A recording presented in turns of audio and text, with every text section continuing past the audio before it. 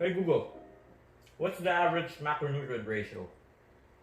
The acceptable macronutrient distribution ranges are 45 to 65% of your daily calories from carbs, 20 to 35% from fats, and 10 to 35% from protein. What's up, Philippines? Welcome back to our series on principles of lean body composition. This is episode number 2 about macronutrient ratio. In the last episode, we discussed about calories in versus calories out. By that time, siguro na-determine nyo na kung ilang calories ang kailangan nyo, and by knowing kung ilan, malalaman nyo kung ilan ang kailangan nyo ibawas to lose weight at ilan ang kailangan idagdag to gain weight. Right? Macronutrient ratio. So before we even talk about the ratio, pag-uusapan muna natin yung macronutrients. There are 4 categories of macronutrients, but really there are 5, including water. Right? Carbohydrates, aka carbo, aka carbs, hindi lang kanin, are very essential because they help in supplying energy to the muscles and to the brain. Right, to the brain, it doesn't mean na pag kumain ka ng maraming carbohydrates, tatalino ka na agad, right? You need that para hindi ka moody, para wala kang toyo. Right, so you need those carbohydrates because of glycogen, and of course, any excess of carbohydrates will convert itself into fat. Protein is very important because it builds muscle through anabolism, right? It spares the muscles. It's an anti-catabolic agent, meaning it helps sustain the remaining muscles sa katawan. And it doesn't mean that when you eat too much protein, pag kumain ng protein, nalalaki agad ng katawan mo. Okay? Depende yan sa training na ginawa mo. Again, training induces damage to the body, and when there's damage, and if you put in protein, dun lumalakas, dun lumalaki. Right? So, pag may excess protein ka, ang lalaki lang sa'yo, tiyan mo. Okay? Right, so the next macronutrient is fat. Fat is not the enemy. It's not the enemy. You need fat, right? The good type of fat.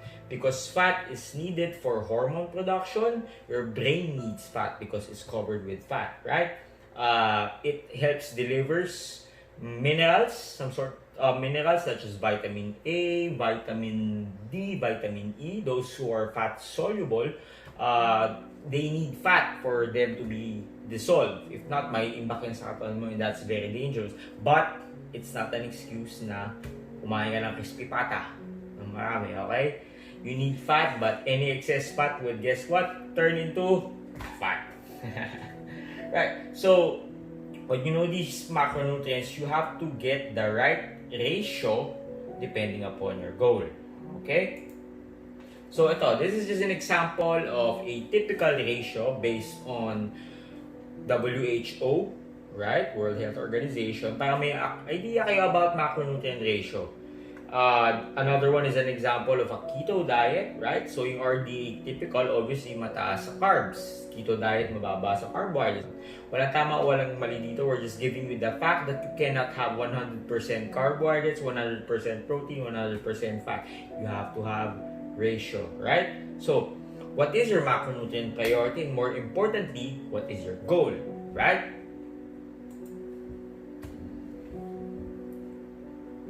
So, a while ago, nabigay namin ako lang mag-isa. So, yung RDA na binigay kanina ni Google, that's based upon the WHO standards, and in reality, hindi pare-parehas ang mga katawan natin, alright? So, yun na lang. According to literature, there are 3 types of bodies. Okay, there is the ectomorph, the mesomorph, and the endomorph. Para mabilis nyo na lang maalala, pag sinabing ecto, payat. Ecto. Yun. Pag sinabing meso, mata. Pag sinabing endo. May mga pagkakaibahan.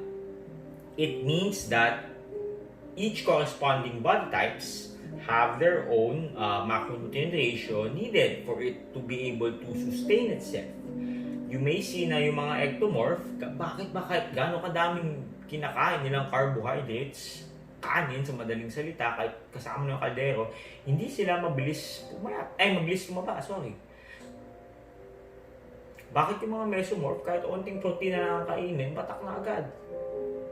And unfortunately, bakit sa atin, meron kahit unti lang kainin na carbohydrates, ang bilis tumaba? Unfair, no?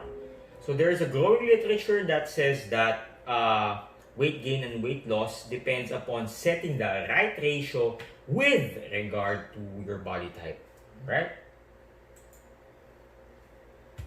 Okay, so kung nalaman mo na yung body type mo, at sa totoo lang, hindi mesomorph na galing sa Asgard, you have to know your body type, yung talagang honest na body type mo, kukunin mo na yung ratio and it's time for you to adjust it. The basic principle is that when you know your body type and you want to lose weight, you just have to reduce your carbohydrate intake and tataasan mo yung fat, good fat ha, and your protein, right? So on the other hand, if you want to gain weight, tataasan mo yung carbohydrate intake mo. That's basically it. Okay? And when you stick to that, regardless kung Endo, Ecto, Meso, you will meet your goal. Consistency. So choose your macros, right? Depending upon your goal. No bro science muna tayo dito, alright? We're gonna stick with straight up nutritional science, the real science.